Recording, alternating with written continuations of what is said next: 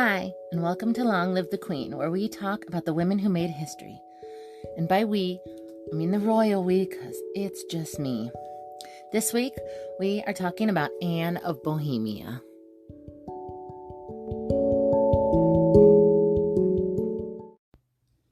This is it, guys, the week we've been waiting for. After getting through the three wives of John of Gaunt, we have finally returned to Anne of Bohemia. Anne of Bohemia was born in 1366. Her father was Charles IV, King of Bohemia, King of Italy, and the Holy Roman Emperor, and his wife Elizabeth of Pomerania. To understand what happens next, we need to discuss the Western Schism. For nearly 70 years, the papacy had resided in Avignon, a papal enclave within France. Because of this location, there was inference that France controlled the Pope. And in 1377, when Anne of Bohemia was 11 years old, Pope Gregory XI decided to move the papacy back to Rome. The King of France was not happy about losing the Pope, but Anne's father, Charles, the Holy Roman Emperor, helped Pope Gregory to move back to Rome. After about a year in Rome, Pope Gregory announced that he wanted to return the papacy to Avignon, France, and then he promptly died. The question became, where should the new pope be elected? Rome pushed for it to happen in Rome, where the pope had died before he could move back to France. And France pushed for the election to happen in France, where the pope had clearly stated he wanted to be. Pope Urban VI was elected. He had been the Bishop of Rome. There seemed to have been some pressure put on the cardinals in Rome to elect a Roman to keep the papacy in Rome. There were stories of doors getting busted down and people getting roughed up a bit, like vote for Urban or else. Urban VI may have been elected by cardinals under duress, either because of the duress or Urban's unlikable personality, because he was very unlikable.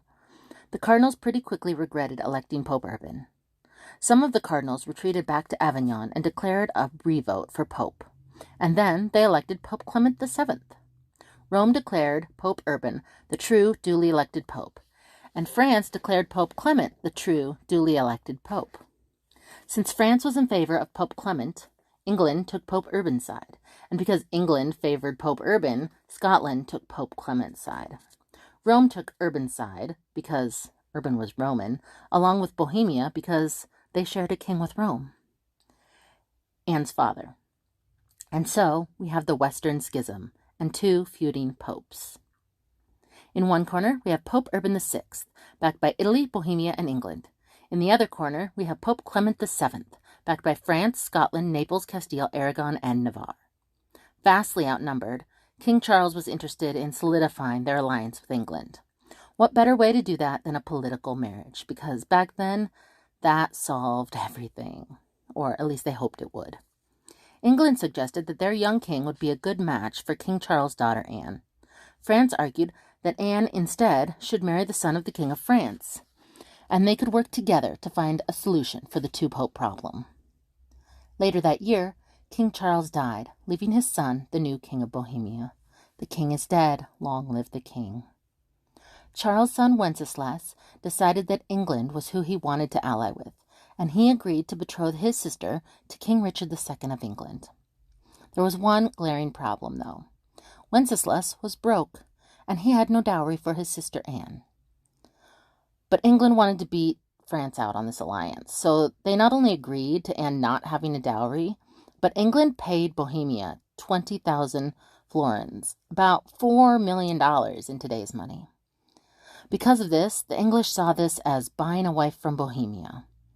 A lot of the king's nobles were also against the match for the same reason. In the local news, she was called a small scrap of humanity. And they thought that was expensive for this small scrap of humanity. In 1382, Anne of Bohemia traveled to England for her wedding. She was delayed by storms and French pirates trying to kidnap her to stop the Bohemian-English alliance. When Anne finally landed safely in England, her ship was smashed to pieces by the storm against the shore shortly after they debarked.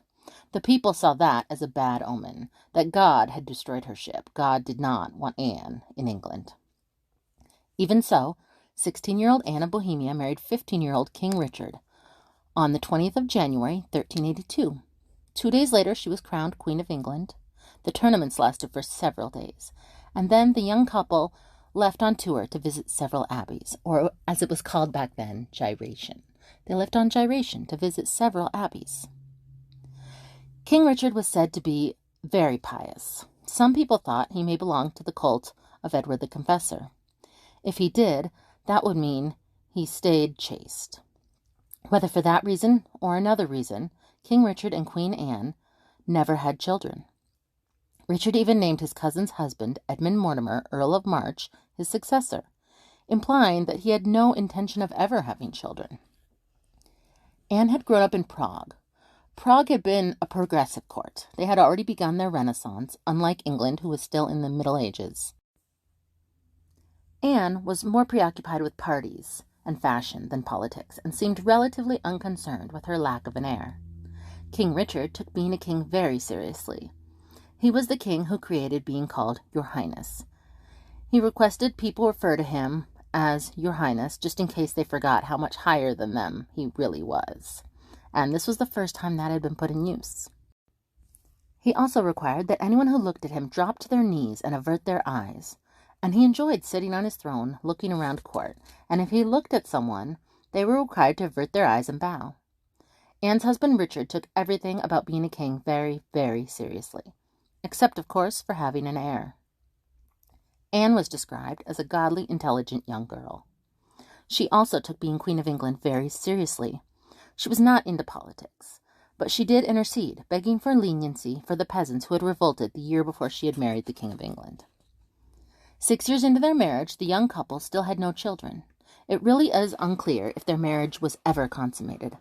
The couple was very pious, and it has been suggested that King Richard II may have been asexual or taken a vow of celibacy. King Richard II's uncle Thomas, Duke of Gloucester, and Richard's cousin, Henry Bolingbroke, son of John de Gaunt, along with a couple of other nobles, got together and called themselves the Lords Appellant, because everything's better with a cool nickname. These nobles were well respected. One of them, Richard Fitzalan, carried Richard II's crown at his coronation, which is a huge honor. The main power struggle was that King Richard wanted to end the 100 Years' War.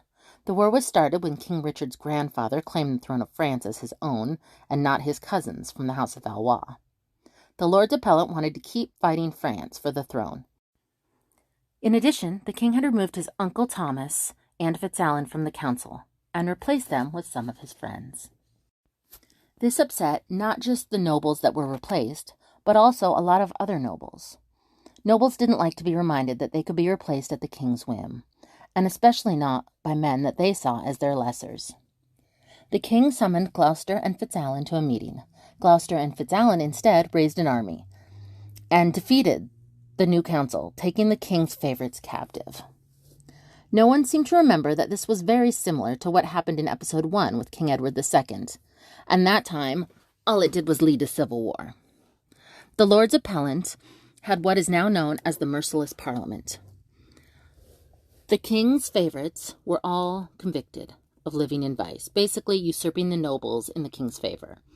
You can't make the king like you more than he likes me. That is what they were convicted of. The bishop was spared execution because he was a man of God, but the rest were set to be drawn and hanged. Dozens of retainers, clerks, chaplains, and secretaries were also arrested, tried, and executed. Even family members of the accused were sometimes executed. Richard likely never forgave the Lords Appellant for this, but he had become little more than their puppet, with Queen Anne having even less power than her husband. Anne had come from Prague, where they were more interested in art and music than war. She would have likely agreed that the nearly 50-year-old war with France needed to end. The Lords Appellant would have been angry at both halves of the royal couple. When John of Gaunt returned from fighting in Castile, he remained loyal to his nephew the king, even though John's oldest son and heir had been one of the Lords Appellant. And King Richard was slowly able to regain power with John of Gaunt's help. King Richard and Queen Anne regained full power by 1389. Richard then set his goals on peace with France, but spoiler alert, it isn't called the 50 Years' War, it's called the 100 Years' War. One proposed peace treaty would have greatly increased the territory of Aquitaine, but would also require that the King of England swear allegiance to the French king. New king, same old story. The English refused the deal. In 1394, Queen Anne contracted the plague and died at the age of only 28. They had been married 12 years, almost half of their lives, and had no children together. The king was so upset at her death that he had the palace where she died in, her favorite castle, demolished. It was also said he refused to go anywhere he had been with Anne, the one exception being church. As for Anne's legacy, she may have been a stabilizing force for King Richard. He acted much more unstable after her death. He would punch people and just get into fights. She was a stabilizing influence on him. And that is where we will leave it for this week. What did you think of Anne of Bohemia? We don't know a lot about her, probably because during her 28 years, the men of Europe were so extra and took up all the attention of the historians. And she only lived 28 years. I think she was relatively happy, given her environment that she probably wasn't happy in. She really did seem to love and stand by her husband, even when he was a bit arrogant and above everyone else. He probably wasn't an easy man to support. I think she would have enjoyed growing old with Richard, despite his flaws, though. She would have tried to move England closer to the Renaissance earlier, probably because of her experience in Prague as a child. And I suspect that the 100 Years' War would maybe be the 50 Years' War or the 60 Years' War, because they both wanted it to end.